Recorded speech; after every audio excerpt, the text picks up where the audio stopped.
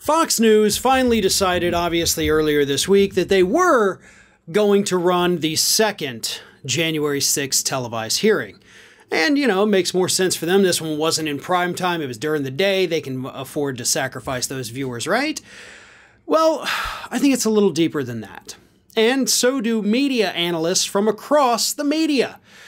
What they're starting to witness, according to interviews they've done over the past week, is that Fox News is having a tougher and tougher time trying to explain away what the committee is presenting to the public. And the reason for that, a lot of them have concluded, is because the committee has been very smart about the way they're presenting evidence. You see, they're not going out there and telling the story themselves. Instead, they're allowing Donald Trump's own friends and sometimes even his family to tell the story for them via those video depositions. That is what is making it so hard for conservatives at Fox News and conservatives all across the media to write off. And it makes sense, right? If it was just Benny Thompson up there trying to tell a story, they could say, he's making it up. If it was Liz Cheney, they'd say, well, she's a rhino, she hates Trump, of course she's saying these things. Same thing with, Jamie Raskin or any of the other members of the committee. They could excuse it by tying it to a personality. And the committee understood that. So again, what they've brilliantly done is said, we're not going to be the ones to tell the story, or at least not the whole story.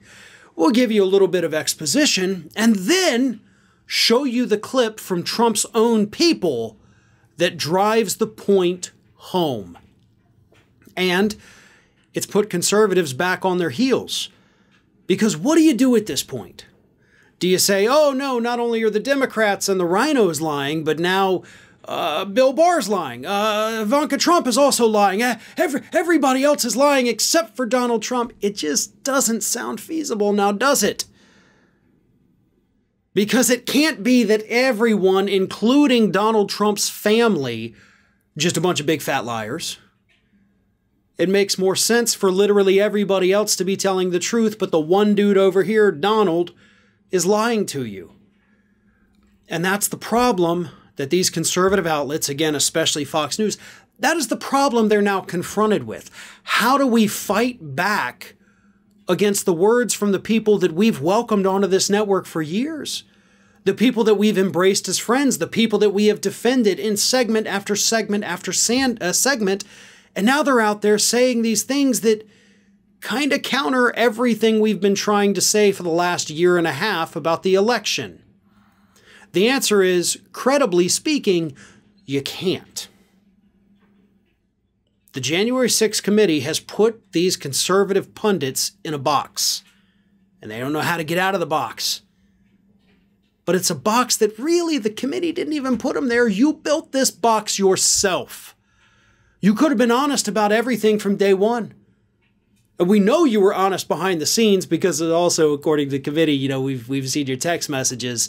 So we know how freaked out you were. We know how serious you thought January 6th was. All you had to do was be honest. All you had to do was disown those people. And say, listen, this is nuts. These people are terrible. I don't want them in my party. Get the hell out of here. That's all you had to do. If you had done that, you wouldn't be in this box today. If you had done that, including for Trump, who I know he's your friend, but you could have done it for him too, we wouldn't even be having these hearings if you guys would have addressed this to begin with, and the country would have taken it seriously. You did this to yourselves, Fox News, and pretty much every other conservative outlet out there. And you more than deserve what is happening to you right now. Hey everyone, this is Aspen. And did you know that for the low cost of $0 per day, you can subscribe to the Fair and Balanced YouTube channel? We also encourage you to like, comment, and share. But again, click that subscribe button and help Aspen not be so grumpy.